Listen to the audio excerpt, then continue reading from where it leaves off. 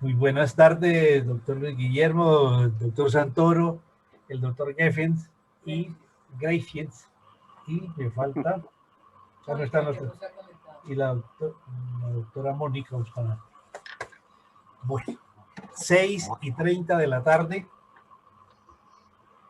damos inicio al segundo, el número 4 dentro de la programación establecida para este séptimo Congreso de Derecho Procesal Constitucional que organiza el Centro Colombiano de Derecho Procesal Constitucional.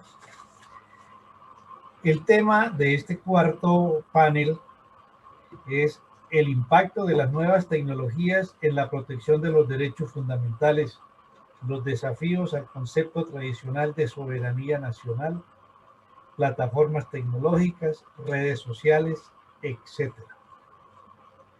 Serán conferenciantes en su orden el doctor Gainer Sierra Cadena, la doctora Mónica Bustamante Rúa y el doctor Luis Guillermo Gutiérrez Pérez. El doctor Sierra Cadena es abogado de la Universidad del Rosario, realizó un doctorado en Derecho Económico en la Universidad Panteón de la Sorbona de París, tiene un máster en Derecho Público y Ciencias Políticas de la Universidad Panteón de París y un diplomado en Derecho Constitucional de la Academia Internacional de Derecho Constitucional de Túnez, entre otros. Es profesor de la Universidad del Rosario y es investigador también. La doctora Mónica Bustamante, abogada y magíster en Derecho Procesal de la Universidad de Medellín, doctora en Derecho y magíster en Derecho Procesal de la Universidad Nacional de Rosario, Argentina, vicepresidenta del Centro Colombiano de Derecho Procesal Constitucional. El doctor Luis Guillermo Guerrero Pérez, quien ha sido un gran colaborador del Centro Colombiano de Derecho Procesal Constitucional en este tipo de eventos académicos, es abogado de la Universidad Javeriana de Bogotá, con especialización en Ciencias Económicas, magistrado y expresidente de la Corte Constitucional de Colombia. Actuará como moderador el doctor Álvaro Santoro Calderón, abogado de la Universidad de Ibagué, especialista en Derecho Financiero del Colegio Mayor de Nuestra Señora del Rosario, secretario ejecutivo y tesorero encargado del Centro Colombiano de Derecho Procesal Constitucional. Sean ustedes bienvenidos a este cuarto panel y le doy el uso de la palabra y la conducción del panel al doctor Santoro.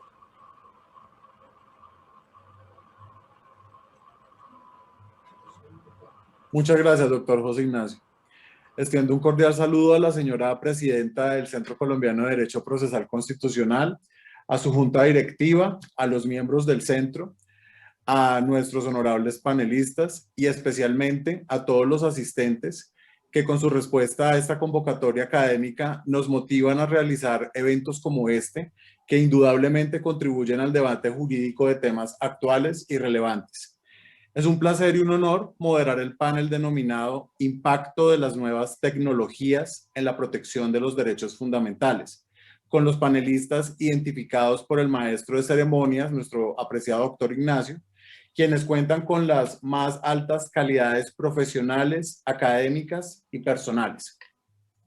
Las nuevas tecnologías son un concepto relativamente nuevo que llegó para instalarse de manera definitiva en nuestro diario vivir, cuya nota característica es la dificultad de determinar su alcance y contenido, porque se trata de un concepto bastante amplio que se encuentra sujeto a modificación permanente.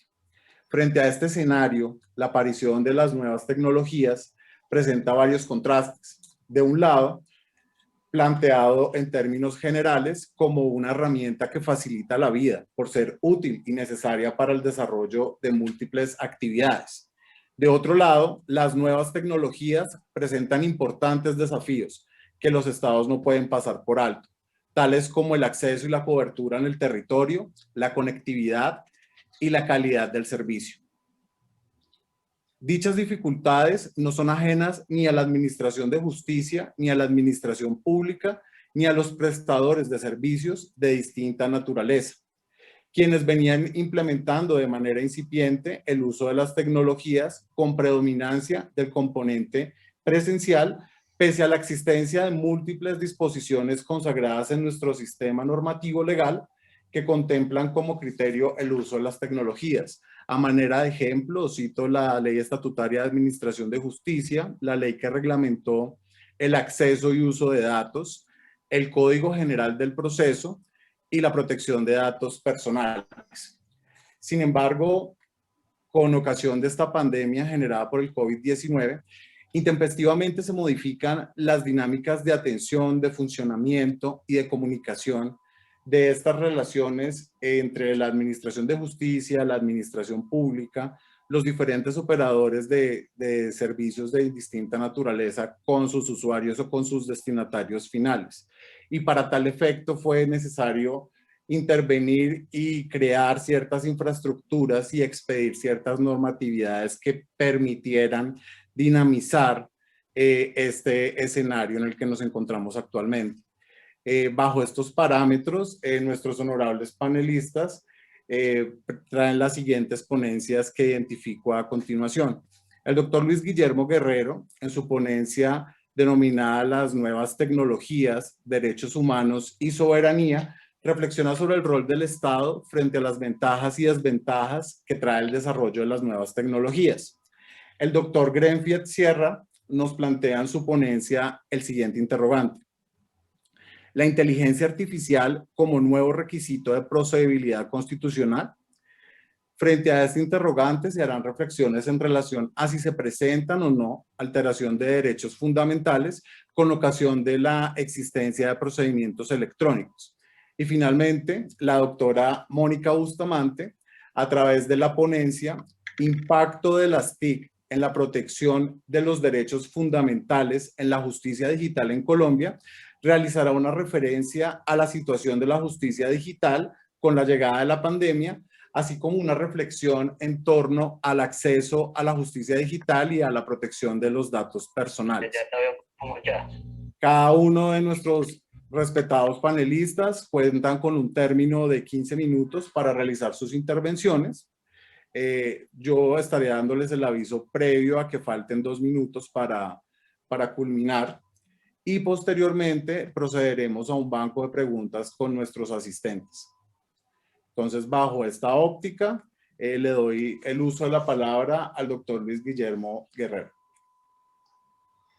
Bueno, muchas gracias, doctor Álvaro. Quiero saludar a mis compañeros de panel, a todos los asistentes y particularmente pues, al Instituto Colombiano de Derecho Procesal Constitucional, a la doctora Anita Giacometti, su presidenta, a toda su junta directiva, al doctor Ignacio, y agradecer por esta invitación a este muy interesante panel. Y si vamos a hablar de las nuevas tecnologías, pues precisamente estamos asistiendo a una manifestación de esa nueva realidad, este foro que inicia con precisión matemática, algo que facilita precisamente el recurso a las nuevas tecnologías. Yo quisiera iniciar diciendo que hace 40 años, cuando yo iniciaba mis estudios de Derecho, hace más de 40 años, leía con mucha atención la obra de Maurice Duverger sobre su introducción a la política, y él hacía un símil entre las dos caras del dios Jano en la mitología romana y las dos dimensiones que presentaba o presenta la política en su concepción. Él decía la política, como el dios Jano, es ambivalente porque el Estado es al tiempo un instrumento de dominación de una clase sobre otra, pero también es un medio para asegurar un cierto orden social en procura del bien común. Nosotros podríamos trasladar ahora ese símil al rol del derecho y del Estado frente al inusitado desarrollo de las tecnologías de la información y de las comunicaciones. Se trata de una realidad nueva y extraordinaria, fruto de una transformación vertiginosa que ha dado lugar a posibilidades inimaginadas. Todavía yo recuerdo en el año 1996, con ocasión de un cambio de trabajo, tuve mi primer contacto con el Internet. Y en ese momento los técnicos de sistemas me prepararon, me introdujeron a esa maravilla del Internet, y entonces hicieron una presentación y yo veía que línea por línea en la pantalla del computador iba apareciendo una imagen que era la imagen de la Mona Lisa del Louvre en París. Y la maravilla entonces de ver cómo, pero era literal, línea por línea. Hoy, pues la demora de segundos en descargar una imagen o un archivo, pues ya nos hace impacientar qué lentitud de medios. Entonces, pues claro que ha habido unas transformaciones extraordinarias. Desde cualquier lugar del mundo hoy podemos acceder si queremos, un tour virtual por cualquier museo que quisiéramos visitar. Podemos ver imágenes en 360 grados. Podemos ver videos con conferencias analíticas sobre las pinturas, por ejemplo, o espectáculos de ballet desde el Mariinsky en San Petersburgo, o desde la Ópera de Milán, o el National Theatre en Inglaterra, en Londres, o podemos ver la maravilla, por ejemplo, de la ópera transmitida en tiempo real desde el Metropolitan Opera de Nueva York, y eso lo podemos ver en cualquier momento. Si estamos en el ámbito académico, por ejemplo, y nos encontramos leyendo en la tablet un texto y nos topamos con alguna referencia que nos parece interesante, pues inmediatamente podemos acceder al documento, y con mucha frecuencia se trata de documentos accesibles gratuitamente en la red. Y si no es el caso, pues igual podemos con un solo clic comprar el correspondiente documento o libro y leerlo inmediatamente. O sea, las posibilidades son extraordinarias, ilimitadas, en cualquier ámbito que queramos ver. La libertad de expresión, las comunicaciones interpersonales, la articulación de los movimientos políticos dentro y fuera de los países. Es la idea de la aldea global de la que nos hablaba con gran capacidad visionaria McLuhan hace más ya de 40 años. En las sociedades abiertas, las tecnologías de la comunicación y de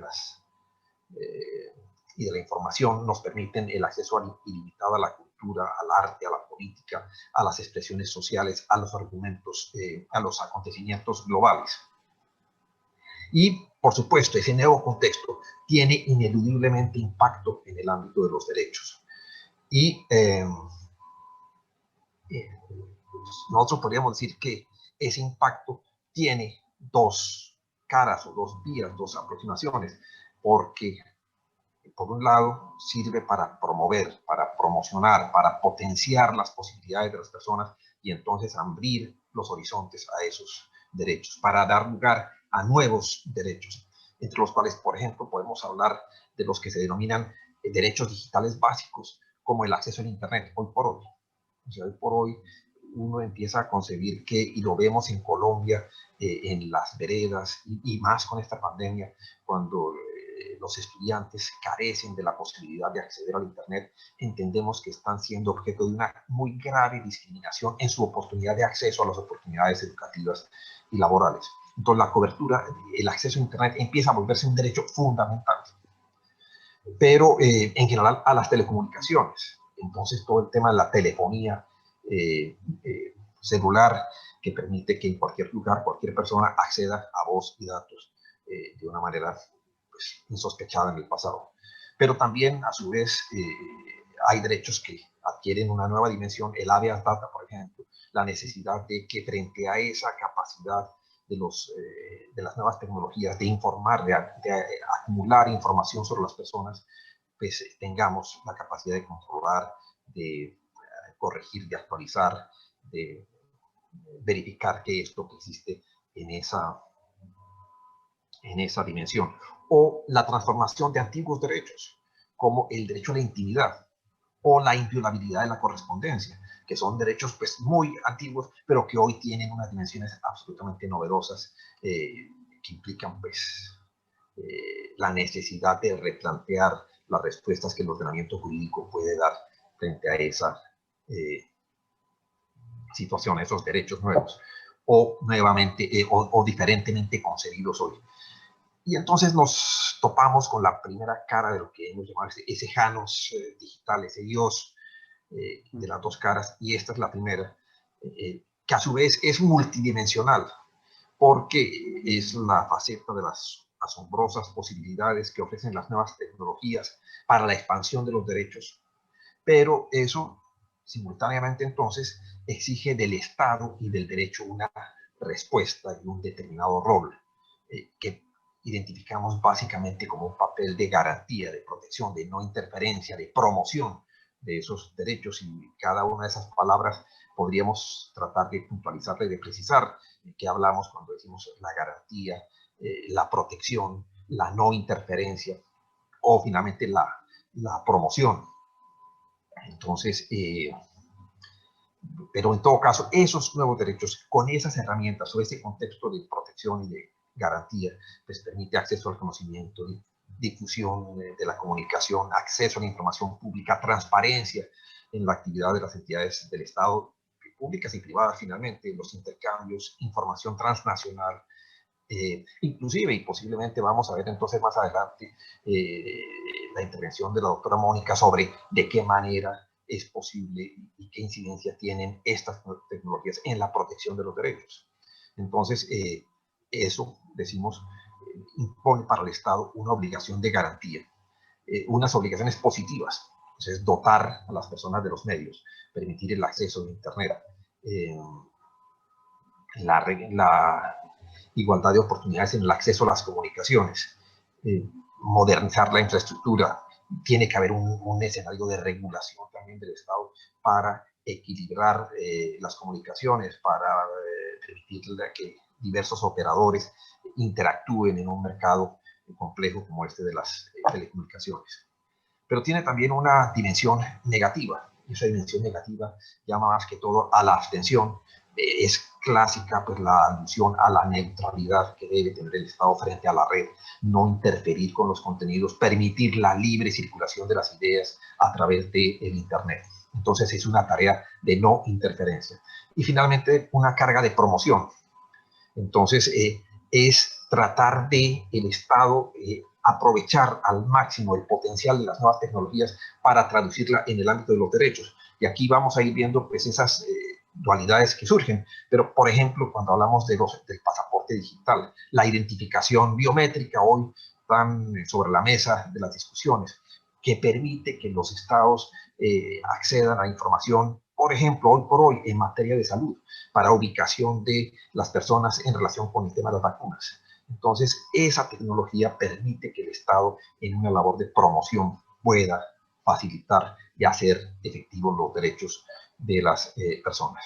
Entonces, decimos, esa es precisamente la primera cara de Jano, y es la cara de la positiva de los derechos y la cara también positiva del rol que debe cumplir el Estado. Pero frente a esa cara amable, aparece también el lado oscuro de la cara del Dios. Y en ese escenario podríamos advertir semejanzas, si se quiere, aterradoras con las más célebres novelas distópicas que todos seguramente hemos leído en algún momento, 1984 de Orwell o Un Mundo Feliz de Huxley, e incluso sin llegar a los extremos pues, literarios que adornan esas novelas, podemos llegar a realidades incluso más complejas, perversas o disociadoras, por la invasión, por ejemplo, de la privacidad, por lo que es el matoneo o ciberacoso, por los fake news, por la pornografía infantil, por ejemplo, todos los delitos informáticos de suplantación de personalidad, de fraude electrónico, por el conocimiento absoluto que la red y el sistema tiene de las personas, de lo que hacen, de lo que dejan de hacer, de lo que les gusta, etc. Entonces, casi todo está en la red, y eso da una posibilidad de afectación de las personas muy, muy, muy grande. Entonces, frente a esta cara de la realidad digital, digamos, pues aparece también entonces nuevos derechos, como el habeas data en una nueva dimensión. Es decir, ¿qué derechos tenemos? Una cosa es si la posibilidad de que haya esos datos en la red y eso implica beneficios para las personas o que se mantenga la privacidad. Otra es la posibilidad de que esos datos sean divulgados, utilizados, casi que de manera incontrolable. Cuando uno hoy por hoy viaja de una ciudad a otra e inmediatamente empiezan a llegarle las ofertas de que usted está en Barranquilla, entonces en Barranquilla encuentre tal cosa, haga tal otra, y la música, o sea, puede ser bueno, pero implica una invasión de la privacidad muy grande. En este segundo escenario, entonces, todo aquello que nos parecía bueno en el primero, pues deja de ser deseable. En el primero decíamos lo que queremos es una abstención, un rol pasivo del Estado que permita el desarrollo y el crecimiento de ese enorme potencial en materia de derechos que trae la tecnología.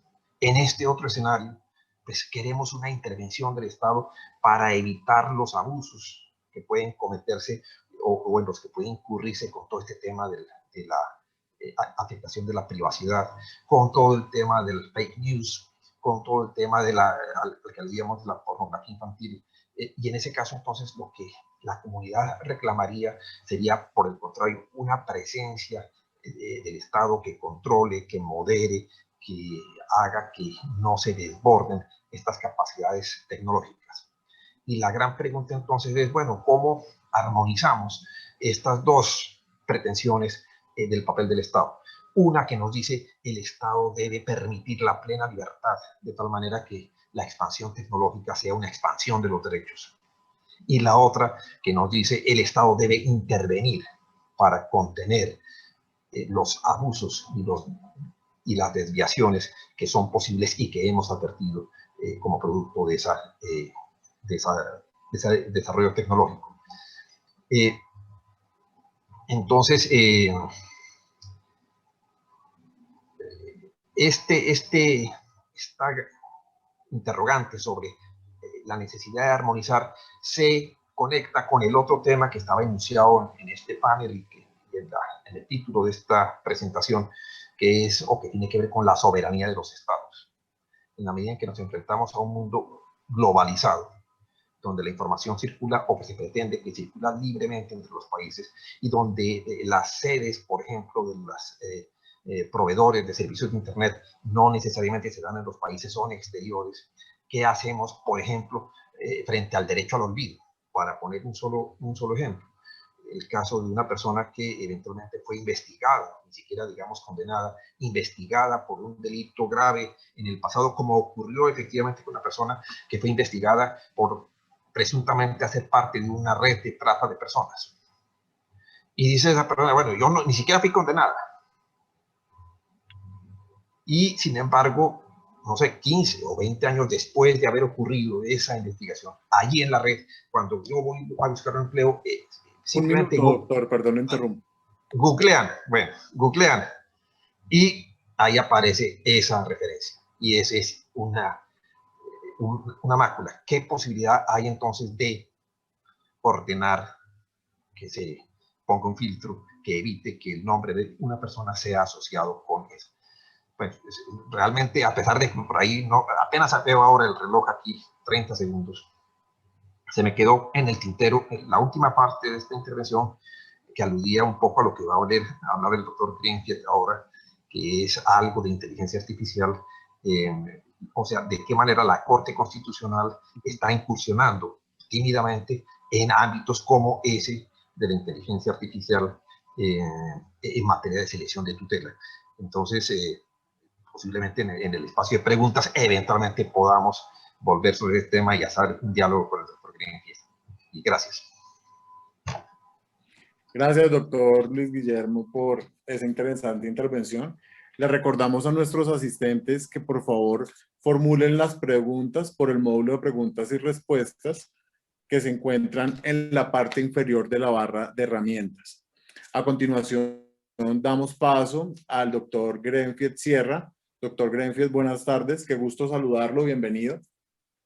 Buenas noches, muchas gracias. Un especial saludo evidentemente al centro, a la invitación de la doctora Giacometto y pues muy honrado con estos dos contertulios como el doctor Luis Guillermo Guerrero, con quien ya tuvimos una oportunidad hace creo que 2 años más o menos de establecer un primer diálogo y conocer a la doctora Mónica.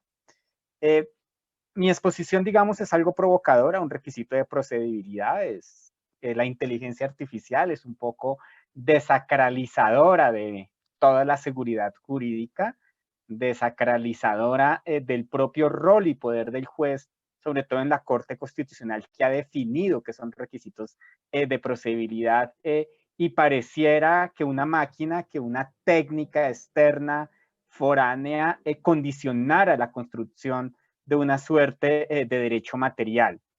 Y digamos, esa es una reflexión provocadora en ese sentido. En ese sentido, y esta propuesta o esta temática nace del diálogo que he tenido con la doctora Giacometto frente a esta discusión que ya ha planteado y digamos este pugilato, esta pelea entre una tradición clásica del derecho procesal y lo que ella ha ido construyendo como una suerte de derecho procesal constitucional, donde la doctora Giacometto plantea la idea de una suerte de independencia de esta suerte de procedimiento. Cuando hablamos de inteligencia artificial en derecho, evidentemente uno tiende a sentir que uno navega en aguas extrañas, que hay una suerte de construcción o un mundo paralelo que no se entiende, que una suerte de invasión. Pero cuando uno comienza a hacer las definiciones de cómo se construyen los procesos de inteligencia artificial, los patrones de código, los procesos, digamos, de algoritmos y cómo se construye un procedimiento, paradójicamente uno comienza a encontrar más similitudes que diferencias. Si algo garantiza un procedimiento, es un proceso lógico, es lo que se denomina casi que todo procedimiento y todo proceso de codificación es un algoritmo donde hay una información de entrada. Esa información de entrada se procesa mediante una serie de etapas procesales. Hay una suerte de análisis y hay una suerte de salida o de resultado que digamos, en los algoritmos matemáticos se prevé en principio que deben ser determinados y en los procesos jurídicos, en una visión clásica también, salvo que se enfrenten a una serie de casos complejos o indeterminados donde el resultado no sea tan evidente. Sin embargo, la lógica sigue siendo bastante similar. Frente a esto, digamos, ¿qué se entiende por la lógica del proceso? El proceso es un conjunto de encadenamiento de fenómenos asociados al ser humano o a la naturaleza que se desarrollan en un periodo de tiempo finito o infinito y cuyas fases sucesivas suelen conducir a un fin específico. Paradójicamente, esta definición no es jurídica, es una definición biológica. ¿Qué es un proceso judicial? Un proceso judicial es un instrumento esencial de la jurisdicción o función jurisdiccional del Estado que consiste en una serie de sucesión de actos tendientes a la aplicación o la realización del derecho en un caso concreto. ¿Qué es un proceso informático? En informático, un proceso se trata básicamente de un programa que entra en ejecución. Los procesos son una sucesión de instrucciones que pretenden llegar a un estado final o que persiguen realizar una tarea concreta. Lo más importante de este concepto es que donde sale un proceso o que es realmente un programa y un sistema operativo. Entonces, esto que parecería tan extraño resulta profundamente coordinado con la dinámica procesal de lo que es el proceso judicial. Ya que todos, digamos, los resultados de producción de la vida, de la biología, del pensamiento, son procesos. De hecho, el algoritmo o el primer de todos los algoritmos es el algoritmo de la vida. Y el algoritmo de la vida está implícito en nuestro ADN. Entonces, digamos que lo primero que hay que aclarar es que no hay que tener miedo cuando se entra en la dinámica de la inteligencia artificial, de las nuevas tecnologías en el derecho, porque no es extraño al derecho pretender plantear un proceso lógico para pretender tener un resultado específico. Y aquí lo que entra, digamos, la conflicto, la discusión es cómo la dinámica posiblemente es una dinámica de lenguaje. El mundo informático es un lenguaje matemático, mientras que nuestro mundo jurídico es un lenguaje gramatical de símbolos gramaticales. Entonces, evidentemente el primer desafío es un desafío de transición del lenguaje, de cómo nosotros los abogados, los juristas, debemos aprender, digamos, no a programar, no es nuestra función, ni a construir algoritmos, pero sí a entender la construcción de esos procesos matemáticos para lograr crear una suerte de interfase, de puente comunicacional en lo que es el proceso jurídico con el proceso informático, esperando que los resultados del proceso informático reflejen la realidad del proceso jurídico. Frente a esto, el derecho desarrolló el principio de equivalencia funcional. Este es un principio fundamental en materia de procedimiento que, pues, Colombia paradójicamente no lo he visto muy desarrollado, nace realmente a partir de un concepto que emite la sala de consulta del Consejo de Estado, pero sobre el cual no hay un desarrollo legal, no hay un desarrollo estructural. Hoy en la Unión Europea es un principio fundamental, y lo que nos habla el principio de equivalencia funcional es que todo proceso de transición en materia jurídica, sobre todo procesal y en materia de expedientes, que se lleven al mundo informático, debe garantizar iguales niveles de protección jurídica, iguales niveles de garantías procesales o niveles mejores, pero nunca niveles inferiores. Y esto, digamos, es determinante para todo lo que será el proceso de nuevas implementación de tecnologías, pues que esta pandemia ha revolucionado. Entonces, digamos que esa es la primera parte, digamos, el acercamiento que hago entre una lógica procesal y una lógica algorítmica. Ahora, ¿qué representa de particular la Corte Constitucional? Y sobre esto, evidentemente, el doctor Luis Guillermo, quien estuvo en la primera fase de implementación de lo que ha sido pretoria, evidentemente, la sala discutió el tema y sobre todo el tema de lo que serán los criterios de selección. ¿Qué tiene de particular, digamos, la Corte Constitucional o la jurisdicción constitucional que no tendría, por ejemplo, la jurisdicción contenciosa o la jurisdicción ordinaria? Es que la jurisdicción constitucional se va a ocupar de un objeto de estudio de protección particular que son derechos fundamentales. Y esto guarda, digamos, un criterio particular. Durante el proceso de implementación, uno de los mayores desafíos a los que nos enfrentamos en ese momento en el proceso de implementación con los ingenieros y con el comité técnico que se creó fue identificar una noción que me pareció bastante interesante, que es la noción de criterio de justicia material que manejan los jueces constitucionales de la Corte para definir dentro del modelo de selección de este múltiple o miles de tutelas que entran a trabajar.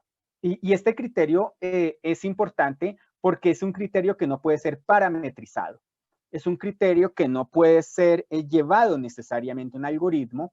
Sin embargo, planteó un desafío técnico para que los criterios de selección que se iban a desarrollar, que en principio eran 28, luego fueron creciendo, permitieran generar una suerte, digamos, de escogencia específica que no definieran qué era justicia material, pero sí que pudieran definir cuándo estábamos frente a casos específicos que plantearan una discusión de justicia material.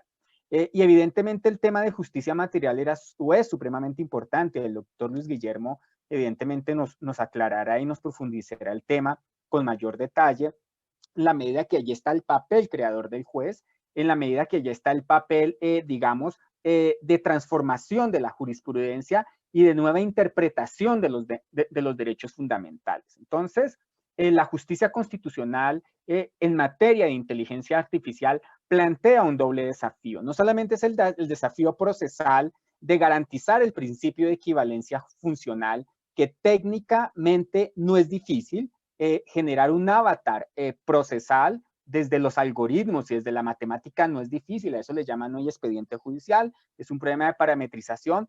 El desafío finalmente se encuentra en cómo esos algoritmos van a garantizar mecanismos de protección de derechos, no vulneración de derechos, y sobre todo le va a permitir al juez constitucional identificar, digamos, estándares de violación, le va a permitir identificar peligros, vulneración potenciales a derechos y posiblemente algo muy interesante, y es prever posibles violaciones a partir de la data o la información que se desarrolle de cómo se darían posibles vulneraciones a derechos frente a simulaciones que se pudiesen aplicar. Entonces, frente a este escenario, mi segunda parte, como la he desarrollado, va orientado a identificar la importancia de la justicia constitucional como un nuevo escenario que revoluciona tanto la aplicación de mecanismos de inteligencia artificial como plantea la necesidad de desarrollar una nueva teoría del proceso. Una nueva teoría del proceso que posiblemente no esté ligada a la lectura clásica binaria, que es la lectura procesal. La lectura procesal es muy básica, por eso, digamos, los primeros amenazados frente a inteligencia artificial en derecho son los procesalistas, se sienten, pues porque evidentemente manejar los términos, definir los requisitos de la demanda, etcétera, eso hoy lo puede hacer una máquina si es entrenada, puede hacer una lectura, y lo que le demore pues a un magistrado, a un abogado leyendo semanas una demanda, una máquina lo puede hacer en cuestión de segundos y vota el resultado. Entonces, digamos, puede haber una suerte de desaparición, entre comillas, del derecho procesal. Sin embargo, la jurisdicción y la justicia constitucional plantea un desafío donde obliga a reinventar el derecho procesal a partir de esta idea de justicia material, que a mí me parece fundamental. Y también frente a otras ideas, digamos, que no tratamos, que es la idea de tutela judicial efectiva, que es una idea de contenido sustancial y no solamente procesal, y casi que holístico de todo el derecho, donde integra criterios procesales y criterios materiales. Entonces, en este escenario, ¿por qué hablar de requisitos de procedibilidad? ¿Y por qué, por ejemplo, cuando la Corte decidió definir 28 criterios de selección en materia, que hoy son más, creo que son 32, yo me quedé en los 28, aumentaron, criterios de selección en materia de tutela con inteligencia artificial, lo que hace hoy digamos, Pretoria? ¿Por qué? Desde mi punto de vista, ahí tendríamos que hablar de un escenario de requisitos de procedibilidad, porque estos 28 criterios, y el doctor Luis Guillermo me puede corregir, terminan zanjando una discusión de más de 20 años en materia de selección de la Corte Constitucional, y es que por primera vez los jueces se ponen de acuerdo en un mínimo de estándares. El tema de selección de la Corte siempre se había desarrollado en una suerte de, digamos, de alternancia entre los magistrados que iban desarrollando esa la selección, y evidentemente cada magistrado aplicaba un criterio particular de lo que entendía que debería desarrollar una suerte de selección en determinado momento, lo cual evidentemente planteaba una suerte de proceso evolutivo.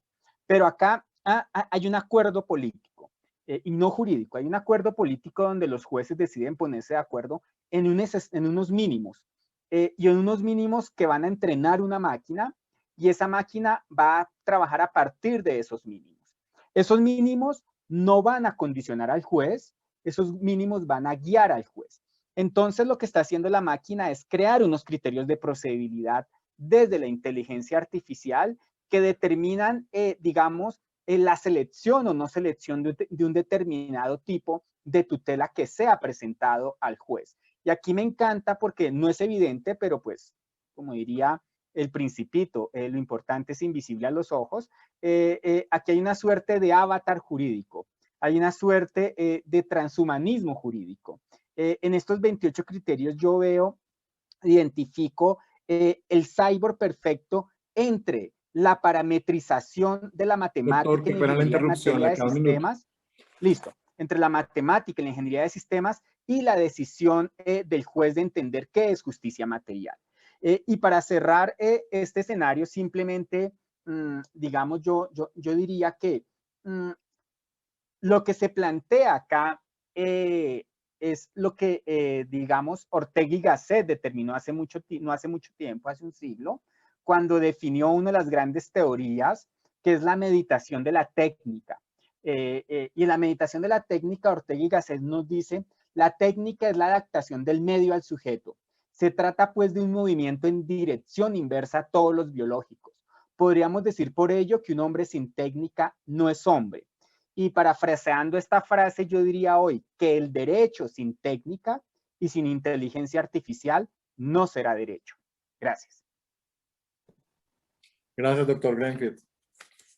Les recordamos a nuestros participantes que pueden hacer las preguntas en el ítem correspondiente al chat. Le doy paso a la doctora Mónica Bustamante. Doctora, gusto saludarla. La palabra es suya. Un placer. Buenas noches para todos y todas.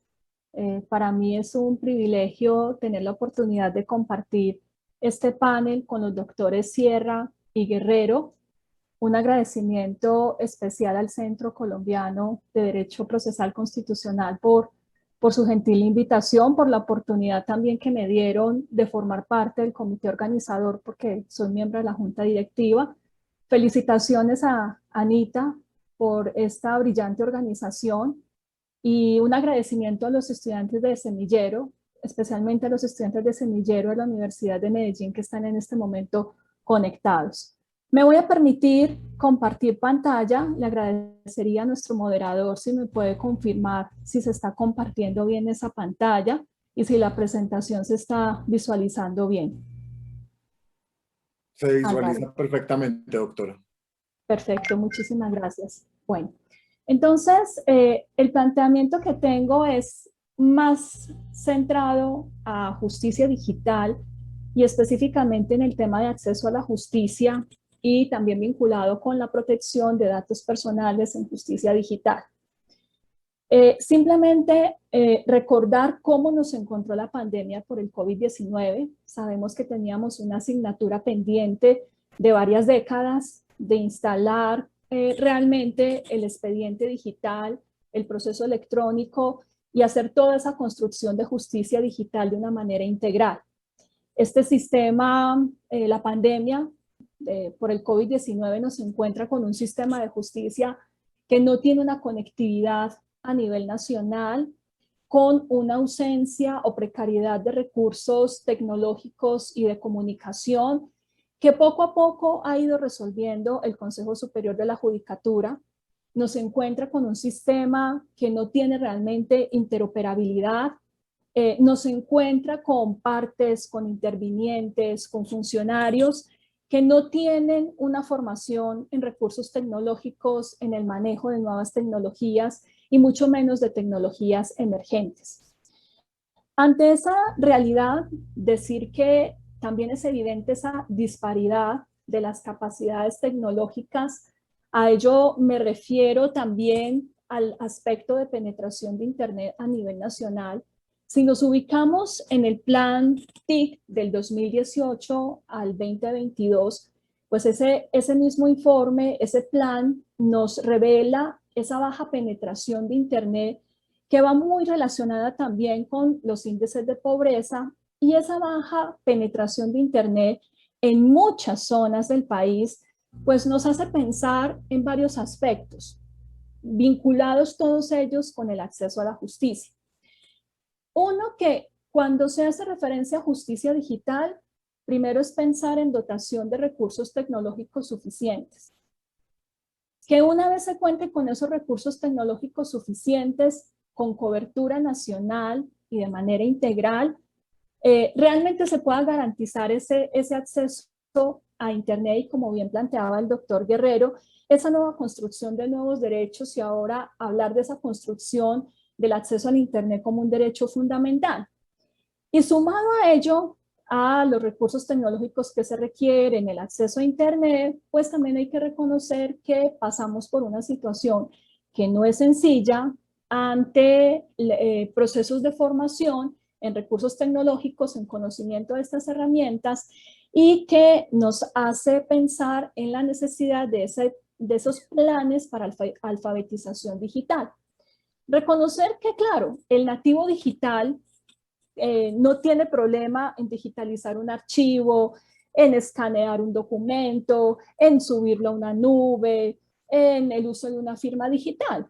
Pero hay que reconocer que en un alto porcentaje en Colombia no somos nativos digitales, somos por el contrario migrantes digitales y como migrantes estamos en este proceso de transición. Lo que esa brecha digital dificulta, impide el uso eficiente de estos recursos tecnológicos y esto genera ciertas dificultades atendiendo a situaciones socioeconómicas, a nivel de escolaridad, a situación incluso geográfica, lo que hace referencia incluso a grupos étnicos. Desde esta perspectiva, recordar desde el derecho procesal constitucional, desde el derecho constitucional la importancia de la tutela jurisdiccional efectiva y recordar cómo se integra esa tutela judicial efectiva desde el acceso a la justicia, la necesidad de una sentencia de fondo en un plazo razonable y la ejecutariedad de la sentencia. Pero recordemos que el primer eslabón o el primer escalón para hablar de una tutela jurisdiccional efectiva es precisamente ese acceso a la justicia y cómo en los últimos tiempos, a partir de tercera revolución industrial, ahora cuarta revolución industrial, uno de los mayores problemas que se enfrenta no solamente a nivel nacional, sino en toda la comunidad internacional, es precisamente cómo superar esas nuevas barreras que se presentan para el acceso a la justicia y cómo se identifica como una nueva barrera todo lo vinculado con el acceso a recursos tecnológicos, la brecha digital y lo que vincula también a la alfabetización digital. Recordar que como nos lo plantea la Convención Americana de Derechos Humanos y que es reforzado por jurisprudencia de la Corte Interamericana de Derechos Humanos, pues evidencia esa importancia de garantizar el acceso a la justicia, de evitar acciones u omisiones por parte del Estado que puedan conllevar a limitaciones al acceso a la justicia. Y dentro de esas limitaciones, pues evidentemente observamos que si no garantizamos ese derecho a ser oído con todas las garantías, y esto implica superar esas barreras y esas brechas tecnológicas, pues evidentemente estaremos desconociendo ese derecho de acceso a la justicia. Precisar entonces que esta adopción de tecnologías de la información en la administración de justicia, que son pensadas, claro, por supuesto, para el mejoramiento de los procesos y de las relaciones de sus intervinientes, de las partes, y que son pensadas especialmente con fines de eficiencia del sistema de justicia, no puede hacerse de espalda a los derechos de los ciudadanos y mucho menos con desconocimiento de los derechos fundamentales. De ahí que cuando hablamos de justicia electrónica, de justicia abierta, pues hay que hacer una lectura también en relación con la necesaria protección de esos derechos fundamentales. Ahora bien, la incorporación de herramientas tecnológicas en la actividad judicial no es sinónimo de justicia digital. A mí me inquieta mucho cuando escucho incluso algunos representantes del Estado, cuando hablan de justicia digital, muchas veces lo observan con una mirada limitada específicamente a pensar que es suficiente con incorporar recursos tecnológicos y de comunicación, cuando en realidad la tecnología es solamente un insumo y esto implica una gestión tecnológica que es lo que finalmente va a permitir esa transformación en la administración de justicia. Y cuando pensamos en las dimensiones específicamente del expediente judicial electrónico, de los derechos fundamentales, es pensar de un lado en que se esté garantizando el acceso a la justicia, que esto vincularía incluso limitaciones de acceso a Internet, porque recordemos que el uso de ese expediente digital y lo que es toda la construcción de un proceso electrónico, pues exige que haya disponibilidad de los datos y de la información en cualquier tiempo, desde cualquier lugar del mundo y de una manera ininterrumpida.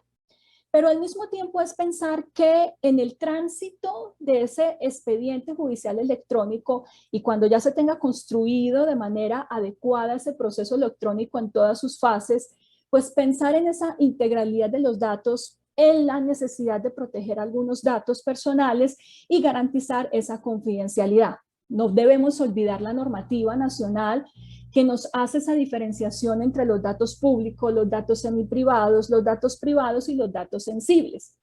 Yo observo con preocupación algo dentro del Poder Judicial y específicamente en juzgados de la región que conozco, porque me he dado la tarea de indagar frente a esta digitalización del expediente, frente a esta elaboración del expediente electrónico, ¿Qué medidas se han adoptado para la protección de datos personales? Porque es evidente que en algunos casos hay datos privados, hay datos sensibles que tienen una especial protección constitucional, pero observo tal vez ante la presión del COVID-19, ante la mora judicial, ante las complejidades del día a día, que tal vez está pasando el tema de una manera desapercibida.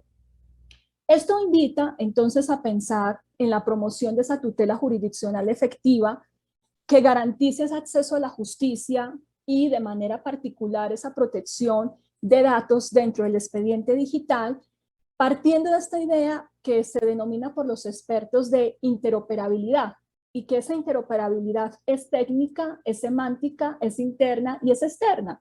Es decir, no solo es que contemos con elementos tecnológicos que nos conecten los diferentes sistemas de información, sino que además los que actúan como gestores tecnológicos tengan esa interoperabilidad semántica, es decir, que comprendan el significado de la información que estamos intercambiando a través del uso del expediente digital. Y en esta cuestión, entonces yo planteo tres aspectos.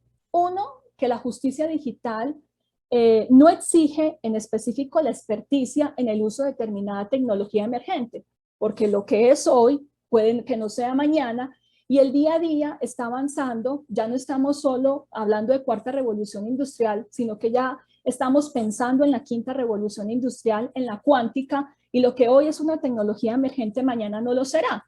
Entonces, la justicia digital no exige la experticia técnica en el uso de una determinada tecnología emergente, pero sí requiere, sí exige el uso eficiente de las tecnologías que están disponibles para la gestión tecnológica de la justicia en el entorno digital. Lo que implica, primero, superar ese analfabetismo digital. ¿Qué vamos a hacer con los migrantes digitales? Porque ya tenemos unas nuevas generaciones que son nativos digitales, pero tenemos unos migrantes digitales que son los que actualmente nos ayudan en esa prestación de servicio, que brindan apoyo dentro de la función del sistema de justicia, pero ese migrante digital hay que también darle las herramientas para que tenga las competencias y tenga todo el conocimiento que requiere, y que además esto también implica la necesidad de evaluarnos como derecho y hasta dónde el alcance de obligación positiva o frente a carga de promoción del acceso a Internet. Y desde este punto de vista, pues también insistir en esta idea de la importancia de la protección de datos personales. Yo he venido trabajando con un politólogo en el tema de políticas públicas en justicia digital. Es también abogado. Hemos pensado en algunas ideas, estamos haciendo una revisión del plan de justicia digital que formuló el Consejo Superior de la Judicatura, que desde mi punto de vista, con todo respeto, en parte teníamos que apagar un incendio, teníamos que cumplir con una asignatura pendiente, pero a nuestro modo de ver, desde el punto de vista de construcción de política pública, creemos que ese diagnóstico ha resultado insuficiente desde el punto de vista de los recursos que se requieren y de todas las medidas que se deben de adoptar, especialmente porque observamos vacíos en aspectos, por ejemplo, vinculados con sistemas de seguridad de la información, aspectos vinculados con protección de datos personales, protocolos para el desarrollo de audiencias, entre otras cuestiones. Entonces, cuando uno piensa en política pública, en justicia digital de cara a los derechos fundamentales, es una construcción que implica un diagnóstico de la situación actual, pero una situación también que vincule todas las regiones del país y a los jueces en todos los niveles. Eso implica a continuación un diseño de unas orientaciones, unas directrices de gestión judicial en virtualidad, pero que todas vayan debidamente articuladas. Claro, uno revisa el plan tiene unos proyectos, tiene unas metas por cumplir, pero habrá que ver cómo se va a dar finalmente el diseño de esos proyectos y esas metas por cumplir. Porque el éxito de la política pública también depende de cómo vamos a adoptar ciertas decisiones de política pública para su implementación y para su posterior evaluación. Y en esto, pues seguir algunos criterios que nos plantea de manera concreta algunos instrumentos, algunas que son incluso normas de derecho blando, que no son obligatorias para el Estado colombiano, pero que creo que sí nos fijan criterios muy claros a tener en consideración. Dentro de ellas, las reglas de Heredia del año 2003, que suelo hacer mucho esta pregunta a los jueces, a los magistrados, suelo preguntarles, ¿conocen las reglas de Heredia en materia de justicia digital? Y me encuentro con una respuesta negativa. Los invito a conocer esas reglas de Heredia porque, insisto, aunque plantea unas reglas que son de derecho blando, creo que son importantes para trazar esas políticas públicas con la finalidad de preservar la información más íntima de las personas que están implicadas en procesos jurisdiccionales, en atención a esa necesidad de prevalencia de ese derecho a la privacidad y a la intimidad sobre el principio de publicidad en algunos asuntos, por ejemplo, que refieren a niños, niñas, adolescentes, a incapaces, temas de familia, cuestiones que vinculan el origen racial, el origen étnico, opiniones políticas, convicciones, religión, entre otras cuestiones, vinculación a un sindicato, aspectos vinculados con una historia clínica. Entonces creo que hay que acompañar más la tarea que está cumpliendo el Poder Judicial, hay que ayudarles más en cuanto a esa construcción de esos criterios que son necesarios para, de un lado, hacer real el acceso a la justicia, que depende mucho de la política pública y las inversiones que se hagan a nivel nacional, pero también al interior del Poder Judicial, qué estamos haciendo con relación a esa importancia de proteger ciertos datos personales que, como decía, son datos privados o son datos sensibles. Asimismo, como resulta fundamental la aplicación de estas reglas de Brasilia en relación con el acceso a la justicia, porque estas reglas de Brasilia, precisamente en la sección cuarta, capítulo tercero, nos hace mención a las reglas aplicables a cualquier persona en condición de vulnerabilidad que participe de un acto judicial, sea como parte, sea que ejercite la acción o sea que esté defendiendo un derecho frente a esa acción o en calidad de testigo, víctima o cualquier otra condición para la protección de sus datos personales, especialmente cuando se encuentran en soporte digital u otros soportes que permitan su tratamiento automatizado. Entonces, estas son solo algunas ideas bastante generales que invitan a pensar en la importancia de lo que ahora denominamos esos gestores tecnológicos que en este momento no son nativos digitales, son migrantes digitales, que hay que acompañar en ese proceso de formación y de conocimiento en estas materias, de tal manera que logremos esa tutela jurisdiccional efectiva y dentro del marco de justicia digital y de esa manera garantizar el acceso a la justicia. Para cerrar, simplemente decir con relación a lo que comentaba el doctor Guerrero, que me resulta muy interesante eso que plantea de la nueva dimensión de los derechos, incluso el surgimiento de nuevos derechos y cómo debemos ver esa nueva dimensión de derechos desde el habeas data, el derecho al olvido, entre otros. Y para el doctor Sierra, pues decirle como procesalista que soy, entiendo esa reflexión que plantea de que estamos en vía de extinción, tiene razón, no lo niego. Si nosotros no nos adaptamos a estos cambios de cuarta revolución industrial, si nosotros no aprendemos de inteligencia artificial, si nosotros no comenzamos a trabajar con ingenieros, estamos en vía de extinción. Yo lo reconozco y por eso estoy pronta a iniciar una capacitación en inteligencia artificial, porque sí o sí tenemos que comenzar a trabajar muy fuerte con otras disciplinas y entender que el derecho procesal hay que reinventarlo también. Muchas gracias por este espacio y por esta oportunidad de compartir en esta maravillosa mesa. Gracias, doctora Mónica, por su intervención. A continuación, procederemos a dar inicio a la sección de preguntas. Nuestros asistentes han sido bastante activos. Voy a seleccionar algunas. Voy a empezar con el doctor Luis Guillermo. Le hacen la siguiente pregunta. Desde su perspectiva, ¿cuáles serían los mecanismos para conciliar los aspectos positivos y negativos de las nuevas tecnologías?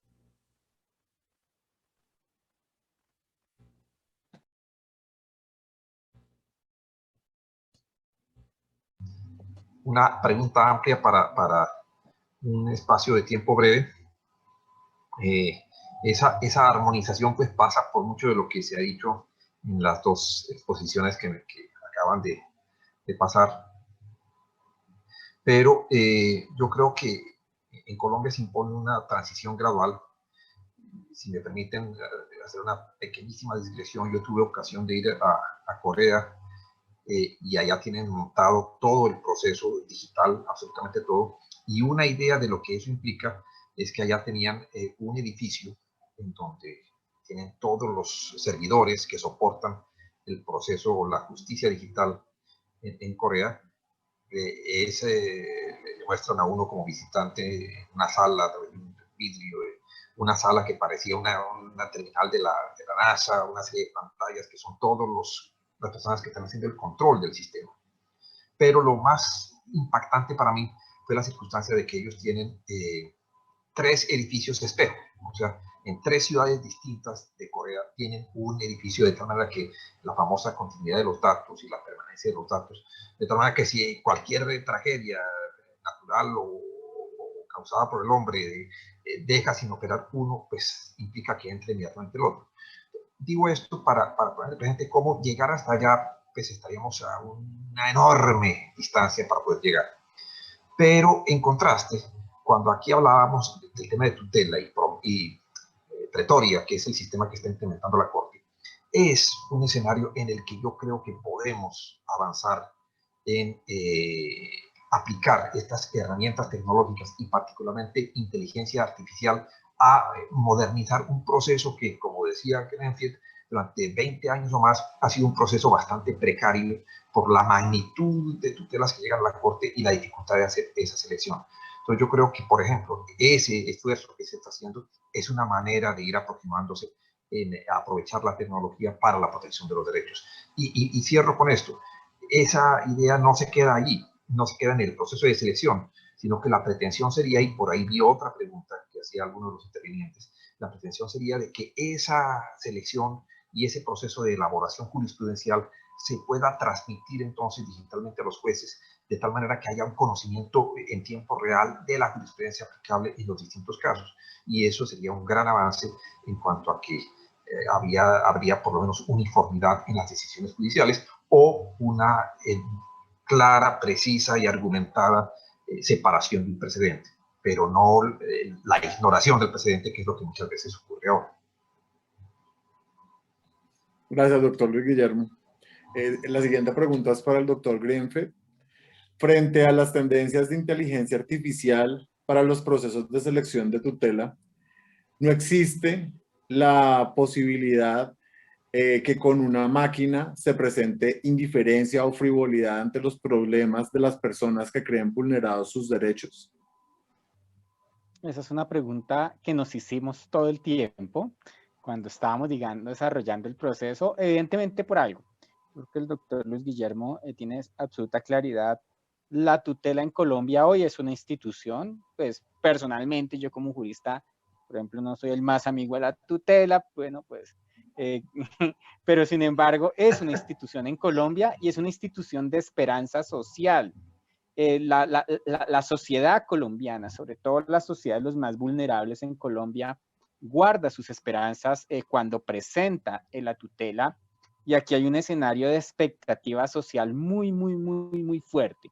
Y evidentemente el nivel de responsabilidad moral de los jueces para responder a esta expectativa es muy alto, porque digamos es la última línea de defensa que le queda al ciudadano que cree en estas instituciones. Entonces, cuando uno decide desarrollar un sistema de inteligencia artificial como lo hicimos con Pretoria, esta pregunta venía recurrente, o sea, era recurrente. ¿Y qué es lo importante acá? Lo importante acá es que este sistema de selección, sin ser perfecto, está lleno de dificultades porque ningún sistema es perfecto. Cumple varios objetivos importantes que no solamente es selección. Uno, permite, como anotaba el doctor Luis Guillermo, determinar unos procesos, digamos, de uniformidad jurisprudencial, lo cual es fundamental para decirle a los jueces en la cadena de tribunal y jueces, cumplan la jurisprudencia que la Corte ha venido desarrollando. Eso es un parámetro que puede desarrollar el sistema. No hay necesidad que usted venga a la Corte a revisión porque usted, señor juez, tiene que cumplir esos parámetros y el sistema, digamos, permite generar esa trazabilidad. Segundo escenario, permite identificar lugares comunes que suceden.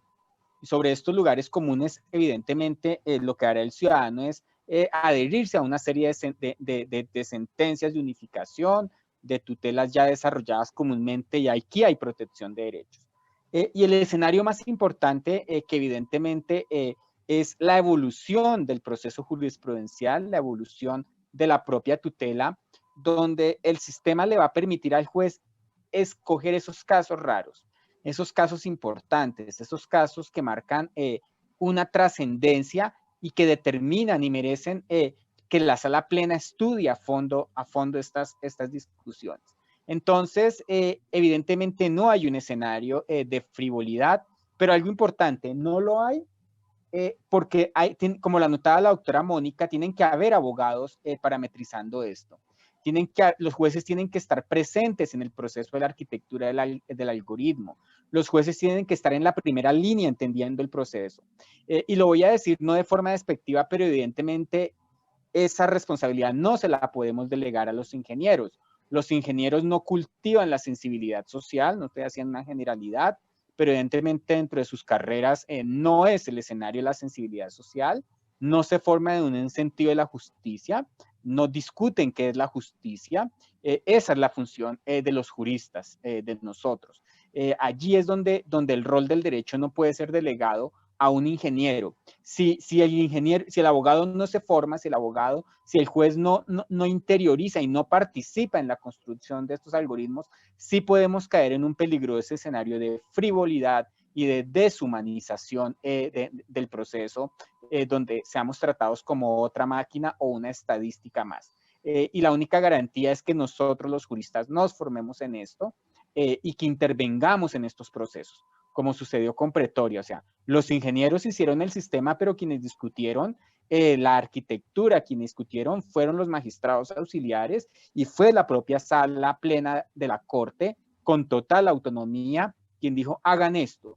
Y eso construyó un sistema que la propia Corte lo hizo a su propia medida. Y esto es importantísimo, esto es sustancial, porque esto guarda, y yo cerraría acá, un elemento fundamental del Estado de Derecho, y es la separación de los poderes públicos y el criterio de soberanía del propio juez, que puede caer si no se forma en que se le delegue a un ingeniero, y el ingeniero termine definiendo quién tiene derecho o no, quién no tiene derecho.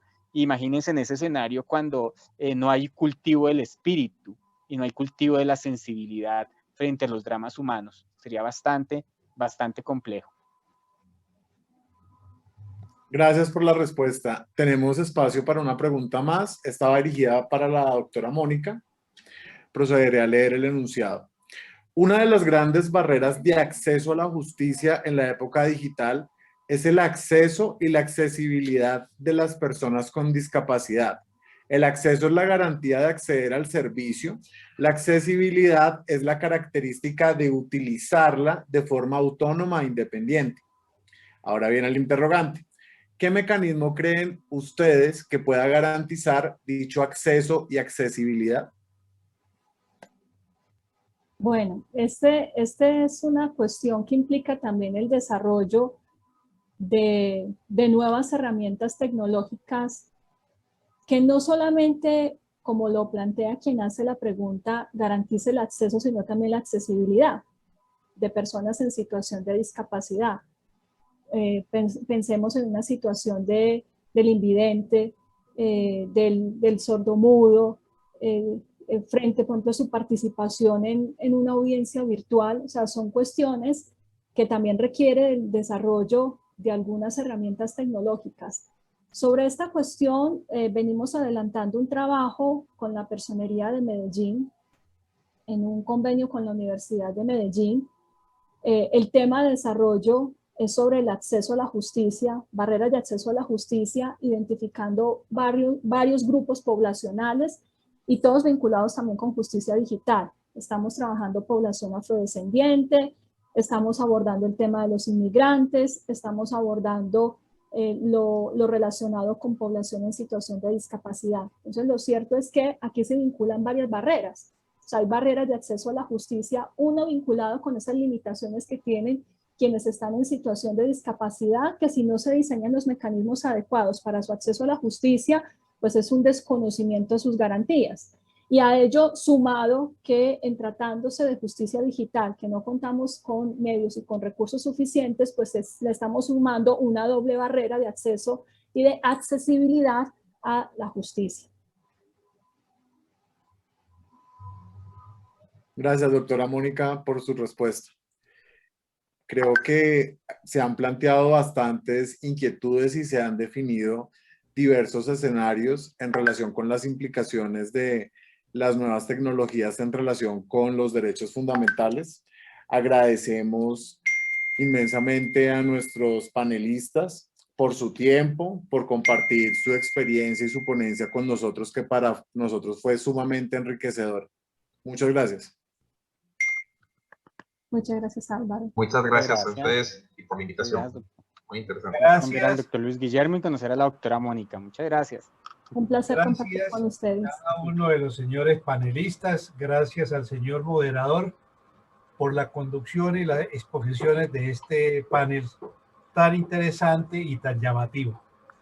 Pero permítanme decirles algo en particular, porque ustedes, por ser el último grupo del de paneles, concluyen o coinciden con los tres grupos anteriores en las felicitaciones que dan por el cumplimiento en el horario y por el cumplimiento en los temas.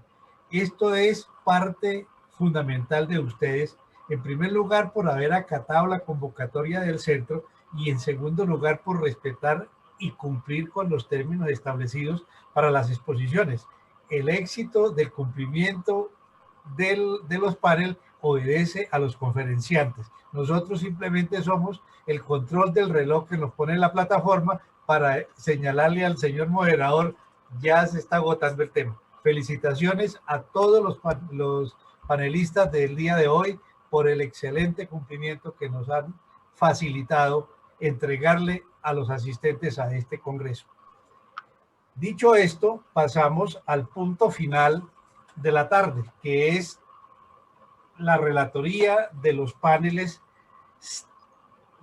3 y 4 a cargo de uno de los integrantes del semillero del Centro Colombiano de Derecho Procesal Constitucional, como lo es el estudiante Emanuel Rivera de la Facultad de Derecho de la Universidad del Rosario.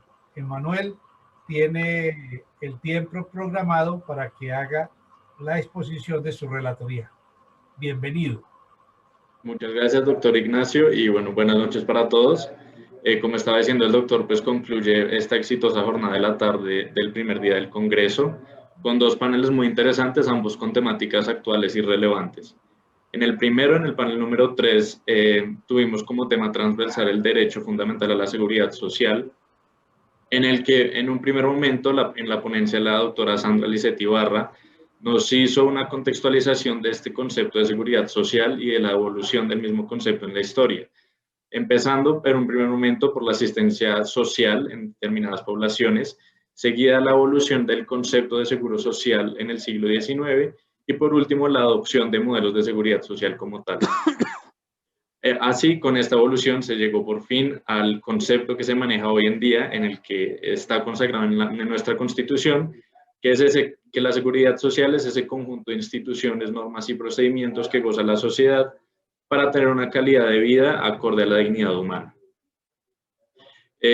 La doctora nos especificó que este concepto quedó consagrado como tal en la Constitución del 91, se solidifica como tal para poder ser aplicado en todo el sistema y importante que se desliga el concepto con este paradigma ahora, desligándolo del trabajo, dándole pie a, digamos, a servicios complementarios, desligándolo, como ya dije, del trabajo y dándole mayor amplitud al alcance de este derecho.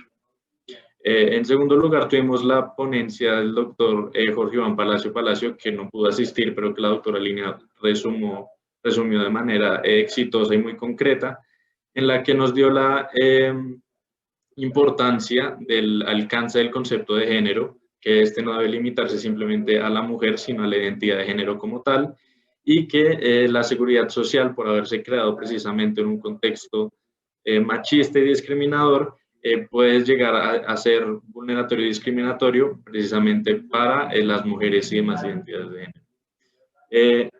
Dice el doctor en su ponencia que debe tenerse muy en cuenta el concepto de discriminación indirecta, dado que muchas instituciones tienen normas discriminatorias contra estas poblaciones, precisamente al haberse creado en este contexto de normas únicamente para hombres. Hace una breve precisión que debe garantizarse precisamente esa igualdad de género y da unos 4 puntos en los que esta debería materializarse, como es la pensión de sobrevivientes, la de jubilación, las tasas de las prestaciones y la licencia maternal o paternal respectivamente.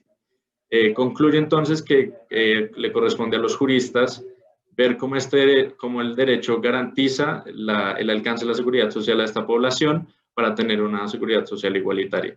Y por último, tuvimos la ponencia del doctor Fernando Castillo, en el que se centró básicamente en el principio de universalidad y en la seguridad social como un derecho irrenunciable y como servicio público obligatorio por parte del Estado. Dice que Colombia es un Estado social de derecho y que al ser consagrado así, la seguridad social es precisamente la prestación reina de este Estado que debe garantizarse, y que la promesa que se hizo con la Constitución del 91 de llegar a la mayoría de la población no ha sido cumplida y sigue siendo problemática hoy en día, dado que la seguridad social no abarca realmente a la mayoría de la población y la mayoría de la población pues se ve vulnerada al no garantizarle este derecho.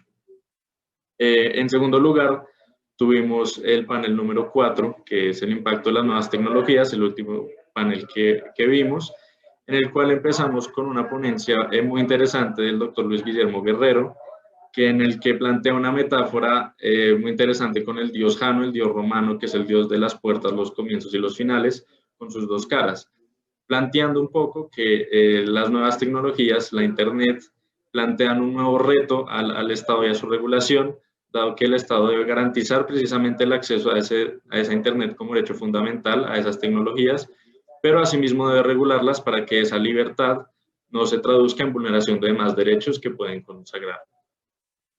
Plantea también que este derecho a la Internet y estas nuevas tecnologías transforman derechos ya consagrados, como lo es el derecho a la intimidad y el acceso a la información, pero asimismo crean nuevos derechos, como es por sí mismo el acceso a la Internet como derecho fundamental.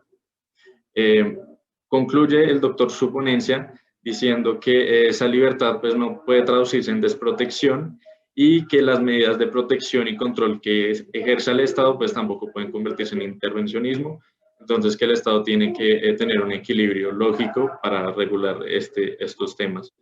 En segundo lugar, de este cuarto panel tuvimos la ponencia del doctor Grenfield, en el que plantea, según él, una reflexión provocadora en la que puede verse vulnerado el derecho procesal con la implementación de la inteligencia artificial, en el sentido de que al ser el derecho procesal la mayor garantía del cumplimiento de derechos y al no adaptarse a las nuevas realidades puede precisamente verse vulnerado esta garantía y este cumplimiento de derechos en el contexto actual. Y ya para cerrar con la ponencia de la doctora Mónica Bustamante, vimos cómo la implementación de estas nuevas tecnologías nos hacen referencia a la justicia digital, que esta justicia digital no es únicamente la implementación de estas nuevas tecnologías, sino que debe complementarse con más conceptos y que lo importante de la implementación de esta justicia digital es precisamente la tutela judicial efectiva, en el sentido de que al no ser estas aplicadas de manera acorde y al no cumplirse y garantizarse el cumplimiento de derechos fundamentales, esta implementación de nuevas tecnologías puede vulnerar derechos fundamentales consagrados en la Carta y lograr el fin contrario que pues, se pretende al implementar estas tecnologías. Muchas gracias.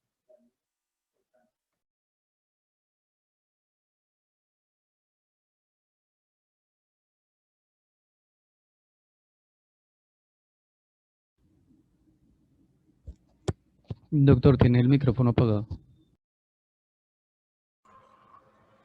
Emanuel, gracias por la relatoría de los paneles 3 y 4, una comprensión de los temas muy bien sintetizada y el análisis visionario de los mismos nos permite decirle gracias y felicitaciones por ese proceso de aprendizaje tan especial que usted mantiene y tiene.